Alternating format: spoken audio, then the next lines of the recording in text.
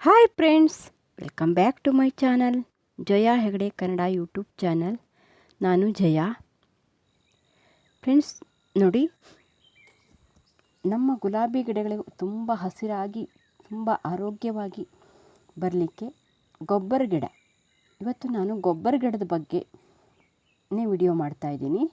ಅದು ಯಾವ್ಯಾವ ರೀತಿ ಬಳಸಬೇಕು, ಅದರಲ್ಲಿ ಏನೇನಿರುತ್ತೆ, ಅದು ಯಾವ ರೀತಿ ನಮ್ಮ ಗಿಡಗಳಿಗೆ ಉಪಯುಕ್ತವಾಗಿರುತ್ತೆ ಅಂತ ಸಂಪೂರ್ಣವಾದ ಮಾಹಿತಿನ ಕೊಡ್ತೀನಿ.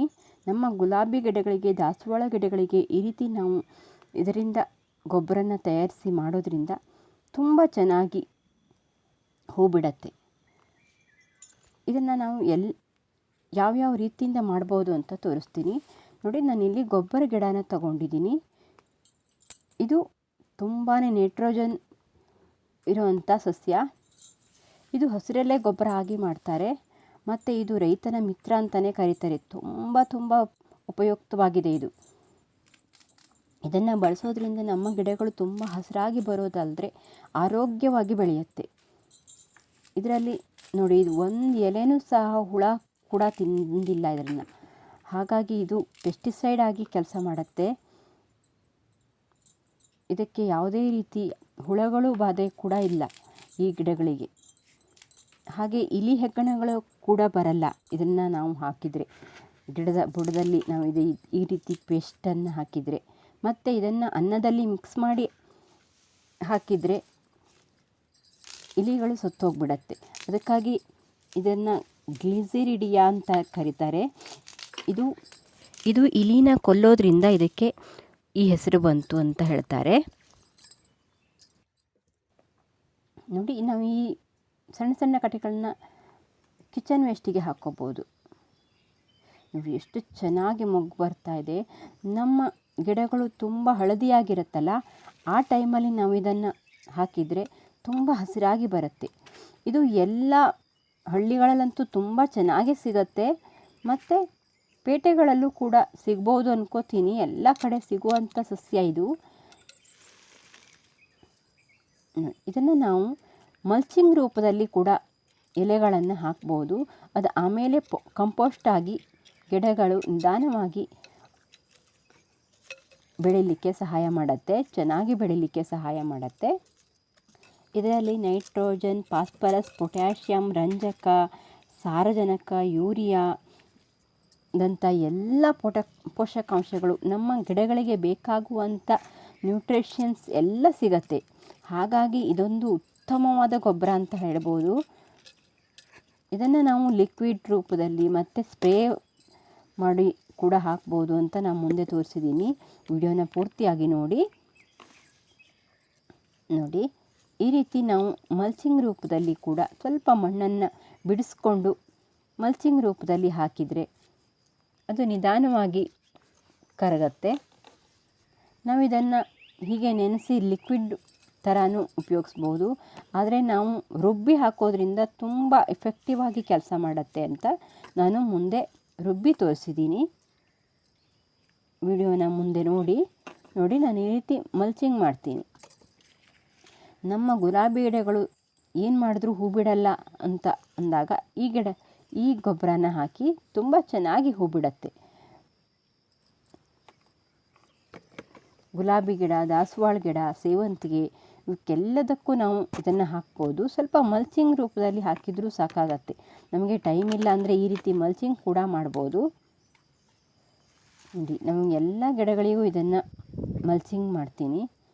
ತುಂಬ ಚೆನ್ನಾಗಿ ಚಿಗುರುತ್ತೆ. ನೋಡಿ ಎಷ್ಟೊಂದು ಚಿಗುರುಗಳು ಬಂದಿದೆ ಅಂತ. ಈ ಗಿಡ ಪುಟ್ಟ ಗಿಡ. ನಾವು ಈ ಗಿಡಗಳನ್ನು ಸ್ವಲ್ಪ ಪಿಂಚಿಂಗ್ ಮಾಡ್ತಾಯಿದ್ರೆ, ಯಾವುದೇ ಒಂದು ಗಿಡ ಆದರೂ ಪಿಂಚಿಂಗ್ ಮಾಡ್ತಾಯಿದ್ರೆ, ಅಂದರೆ ಸಾಫ್ಟ್ ಪ್ರೂನಿಂಗ್ ಅಂತ ಹೇಳ್ತೀವಲ್ಲ, ಹಾಗೆ ಮಾಡ್ತಾಯಿದ್ರೆ ಗಿಡಗಳು ಚೆನ್ನಾಗಿ ಬುಷಿಯಾಗಿ ಬರುತ್ತೆ. ತುಂಬ ಉದ್ದವಾಗಿ ಹೋದರೆ ಗಿಡಗಳು ಹೂ ಬಿಡಲ್ಲ. ಹಾಗಾಗಿ ಅದನ್ನು ನಾವು ಪಿಂಚಿಂಗ್ ಮಾಡ್ತಾ ಇರಬೇಕಾಗತ್ತೆ. ನೋಡಿ, ದಾಸವಾಳ ಗಿಡ ಚೆನ್ನಾಗಿ ಹೂ ಬಿಟ್ಟಿದೆ. ಸ್ವಲ್ಪ ಮಣ್ಣನ್ನು ಬಿಡಿಸ್ಕೊಂಡು ನಾನು ಇದನ್ನು ಹಾಕಿಬಿಡ್ತೀನಿ. ಫ್ರೆಂಡ್ಸ್, ನೀವು ನನ್ನ ಚಾನಲ್ಗೆ ಹೊಸಬರಾದರೆ ಸಬ್ಸ್ಕ್ರೈಬ್ ಮಾಡ್ಕೊಳ್ಳಿ. ಯಾಕಂದರೆ ನಾನು ತುಂಬ ಗಾರ್ಡನ್ ವೀಡಿಯೋಸ್ಗಳನ್ನು ಮಾಡಿದ್ದೀನಿ. ನೀವು ನೋಡ್ಬೋದು. ನಾನು ನೋಡಿ ಈ ರೀತಿ ಸಿಮೆಂಟ್ ಪಾಟ್ಗಳನ್ನು ಯಾವ ರೀತಿ ಮಾಡೋದು ಅಂತ 3 ವಿಧಾನದಲ್ಲಿ ತೋರಿಸಿದ್ದೀನಿ. ನೀವು ನೋಡ್ಬೋದು. ಇಷ್ಟ ಆದರೆ ಒಂದು ಲೈಕ್ ಮಾಡಿಬಿಡಿ ಫ್ರೆಂಡ್ಸ್. ನಿಮ್ಮ ಲೈಕ್ ನನಗೆ ಪ್ರೋತ್ಸಾಹ ಕೊಡುತ್ತೆ. ಹಾಗೆ ಹೀಗೆ ಹೊಸ ಹೊಸ ವಿಡಿಯೋಗಳಿಗಾಗಿ ನನ್ನ ಚಾನಲನ್ನು ಸಬ್ಸ್ಕ್ರೈಬ್ ಮಾಡಿಕೊಳ್ಳೋದು ಮಾತ್ರ ಮರಿಬೇಡಿ. ನೋಡಿ ನಾನಿಲ್ಲಿ ಈಗ ರುಬ್ಬಿ ಹಾಕ್ತಾಯಿದ್ದೀನಿ. ನೋಡಿ ನಾನಿಲ್ಲಿ 2 ಹಿಡಿ ಆಗುವಷ್ಟು ಸೊಪ್ಪನ್ನು ತೊಗೊಂಡಿದ್ದೀನಿ.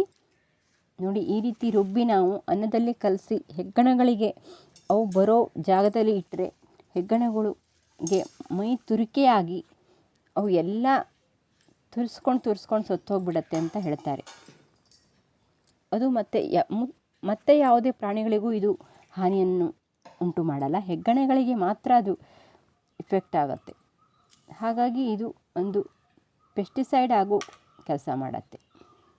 ನೋಡಿ ಈ ರೀತಿ ರುಬ್ಕೊಬಂದಿದ್ದೀನಿ. ತುಂಬ ಚೆನ್ನಾಗಿ ಪೇಸ್ಟ್ ಮಾಡ್ಕೊಳ್ಬೇಕು ಅಂತೇನಿಲ್ಲ. ನಾವು ಇದನ್ನು ಗಿಡದ ಬುಡದಲ್ಲೂ ಹಾಕ್ಬೋದು. ನೋಡಿ ಈ ರೀತಿ ಗಿಡದ ಕೆಳಗೆ 1 ಸ್ಪೂನ್ ಸ್ವಲ್ಪ ಮಣ್ಣನ್ನು ಬಿಡಿಸ್ಕೊಂಡು ಸ್ವಲ್ಪ ಕೆಳಗಡೆ ಹಾಕಿದರೆ ಸಾಕು. ಅದು ನಾವು ನೀರು ಹಾಕಿದಾಗ ಗಿಡಗಳು ನಿಧಾನವಾಗಿ ಹೀರ್ಕೊಳ್ಳುತ್ತೆ. ಹಾಗಾಗಿ ಸ್ವಲ್ಪ ಜಾಸ್ತಿ ಕೂಡ ಹಾಕ್ಬೋದು. ನಾವು ಲಿಕ್ವಿಡ್ ಮಾಡಿ ಹಾಕೋದಾದರೆ ಇನ್ನೂ ಸ್ವಲ್ಪ ಕಡಿಮೆ ಹಾಕಬೇಕಾಗತ್ತೆ. ಯಾಕಂದರೆ ಲಿಕ್ವಿಡ್ ತುಂಬ ಫಾಸ್ಟಾಗಿ ಕೆಲಸ ಮಾಡೋದ್ರಿಂದ, ತುಂಬ ಬೇಗ ಗಿಡಗಳ ಹೀರ್ಕೊಳ್ಳೋದ್ರಿಂದ ಲಿಕ್ವಿಡನ್ನು ಸ್ವಲ್ಪ ಕಡಿಮೆ ಹಾಕಬೇಕಾಗತ್ತೆ. ಇದನ್ನು ನಾವು ಎಲ್ಲ ಗಿಡಗಳಿಗೂ ಹಾಕ್ಬೋದು. ತುಂಬ ಒಳ್ಳೆಯ ಗೊಬ್ಬರ ಇದು. ಅದಕ್ಕಾಗಿ ಇದನ್ನು ಗೊಬ್ಬರ ಗಿಡ ಅಂತಲೇ ಕರೀತಾರೆ. ಇದು ರೈತನ ಹೊಲಗಳಲ್ಲಿ ತುಂಬ ಇರುತ್ತೆ. ಎಲ್ಲ ರೈತರ ಮನೆಯಲ್ಲೂ ಇದು ಇದ್ದೇ ಇರುತ್ತೆ. ಇದನ್ನು ಹಾಕಿದರೆ ಬೇರೆ ಗೊಬ್ಬರನೇ ಬೇಡ ಅಂತ ಹೇಳ್ತಾರೆ. ಅಷ್ಟೊಂದು ಇದರಲ್ಲಿ ಗೊಬ್ಬರದ ಅಂಶ ಇರುತ್ತೆ. ನೋಡಿ ನಾನಿಲ್ಲಿ ಒಂದು ಅರ್ಧ ಲೀಟರ್ ನೀರಿಗೆ 1 ಸ್ಪೂನ್ ಹಾಕಿ ಮಿಕ್ಸ್ ಮಾಡಿ 1, 2ರಿಂದ 3 ಗಿಡಕ್ಕೆ ಹಾಕ್ತೀನಿ ನಾನು ಇದನ್ನು.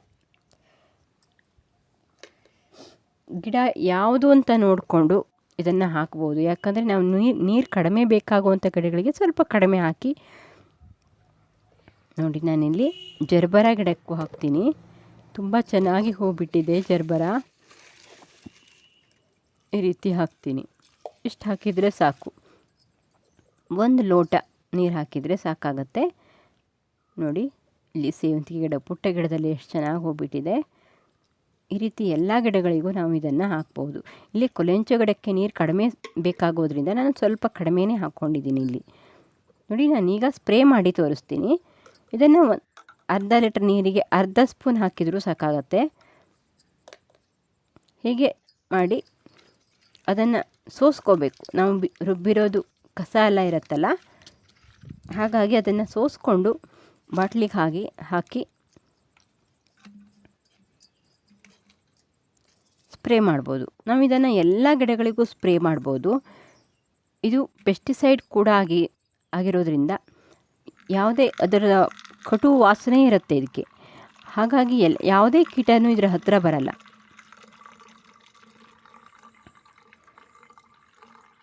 ಫ್ರೆಂಡ್ಸ್, ನೀವು ನನ್ನ ಚಾನಲ್ಗೆ ಹೊಸಬರಾದರೆ ಸಬ್ಸ್ಕ್ರೈಬ್ ಮಾಡ್ಕೊಳ್ಳಿ. ಹಾಗೆ ಪಕ್ಕದಲ್ಲಿರೋ ಬೆಲ್ಲೈಕನ್ ಕ್ಲಿಕ್ ಮಾಡಿದ್ರೆ ನಾನು ಹಾಕೋ ಎಲ್ಲ ವಿಡಿಯೋದ ನೋಟಿಫಿಕೇಷನ್ ನಿಮಗೆ ಬರುತ್ತೆ. ನೀವು ಎಲ್ಲ ವಿಡಿಯೋಸನ್ನು ನೋಡ್ಬೋದು. ನಾನು ತುಂಬ ಗಾರ್ಡನ್ ವಿಡಿಯೋಸ್ಗಳನ್ನು ಮಾಡಿದ್ದೀನಿ. ಫ್ರೆಂಡ್ಸ್, ಈ ವಿಷಯ ಉಪಯುಕ್ತ ಅನಿಸಿದರೆ ನಿಮ್ಮ ಫ್ರೆಂಡ್ಸ್ಗಳಿಗೆಲ್ಲ ಶೇರ್ ಮಾಡಿ. ನೋಡಿ ಸ್ಪ್ರೇ ಮಾಡಬೇಕು. ಈಗ ಇದನ್ನು ಒಂದು ಲೈಕ್ ಮಾಡಿಬಿಡಿ ಫ್ರೆಂಡ್ಸ್. ನಿಮ್ಮ ಲೈಕ್ ನನಗೆ ಪ್ರೋತ್ಸಾಹ ಕೊಡುತ್ತೆ. ಈ ರೀತಿ ಎಲ್ಲ ಗಿಡಗಳಿಗೂ ಸ್ಪ್ರೇ ಮಾಡಬೇಕು. ಫ್ರೆಂಡ್ಸ್, ಈ ವಿಡಿಯೋನ ಪೂರ್ತಿಯಾಗಿ ನೋಡಿದ್ದಕ್ಕೆ ನಿಮಗೆಲ್ರಿಗೂ ಧನ್ಯವಾದ. ಹೀಗೆ ಎಲ್ಲ ವಿಡಿಯೋಸನ್ನು ನೋಡ್ತಾ ಇರಿ. ಮುಂದಿನ ಹೊಸ ಹೊಸ ವಿಷಯಗಳ ವಿಡಿಯೋ ಜೊತೆ ನಾನು ನಿಮ್ಮ ಮುಂದೆ ಬರ್ತೀನಿ. ಹಾಗಾಗಿ ನನ್ನ ಚಾನಲನ್ನು ಸಬ್ಸ್ಕ್ರೈಬ್ ಮಾಡ್ಕೊಂಡು ನೋಡಿ. ಧನ್ಯವಾದ ಫ್ರೆಂಡ್ಸ್. ಬಾಯ್.